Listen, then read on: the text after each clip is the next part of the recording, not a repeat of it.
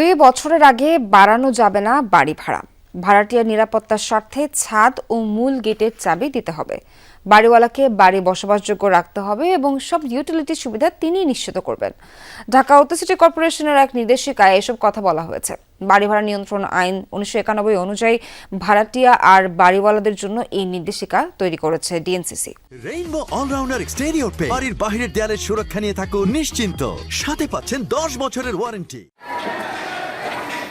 সম্প্রতি উত্তরার 11 নম্বর সেক্টরে একটি আবাসিক ভবনে অগ্নিকাণ্ডে 6 জন নিহত হন। ঘটনার পর জানা যায় ভবনটির বাড়িওয়ালা কোনো ভাড়াটিয়াকেই দেননি ছাদের চাবি। ফলে আগুন লাগার পর বিকল্প পথে বের হতে না পেরে হতাহতের সংখ্যা বেড়ে যায় বলে অভিযোগ ওঠে। এবার বাড়িওয়ালা ও ভাড়াটিয়াদের জন্য একটি সুনির্দিষ্ট নির্দেশিকা দিয়েছে ঢাকা উত্তর সিটি কর্পোরেশন, যেখানে আলাদা করে মূল গেট ও ছাদের চাবি ভাড়াটিয়াকে দিতে বলা হয়েছে। নির্দেশিকায় বলা হয়েছে 2 বছরের আগে কোনো অবস্থাতেই বাসা ভাড়া বাড়ানো যাবে না। ভাড়া বৃদ্ধির হার বাজার মূল্যের 15% বেশি হতে পারবে না। উচ্ছেদের ক্ষেত্রে 2 মাসের লিখিত নোটিশ বাধ্যতামূলক করা হয়েছে। বাড়িওয়ালা তার প্রত্যেক ভাড়াটিয়াকে ছাদের এবং মূল গেটের চাবি শর্ত সাপেক্ষে প্রদান করবেন।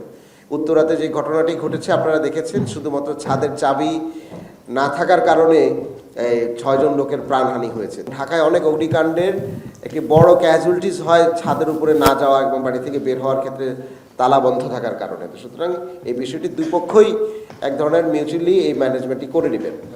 ভাড়াটিয়াদের জন্য ডিএনসিসির নির্দেশিকায় বলা হয়েছে প্রতি মাসের 10 তারিখের মধ্যে ভাড়া পরিশোধ করে স্বাক্ষরযুক্ত রসিদ নিতে হবে। চুক্তি বাতিল করতে হলে 2 মাস আগে জানাতে হবে বাড়িওয়ালাকে। 2 বছরের আগে কোনো অবস্থাতেই বাড়ি ভাড়া বাড়ানো যাবে না। 2 বছর পর মানসম্মত দ্বিপাক্ষিক আলোচনা সাপেক্ষে ভাড়া পরিবর্তন করা যাবে।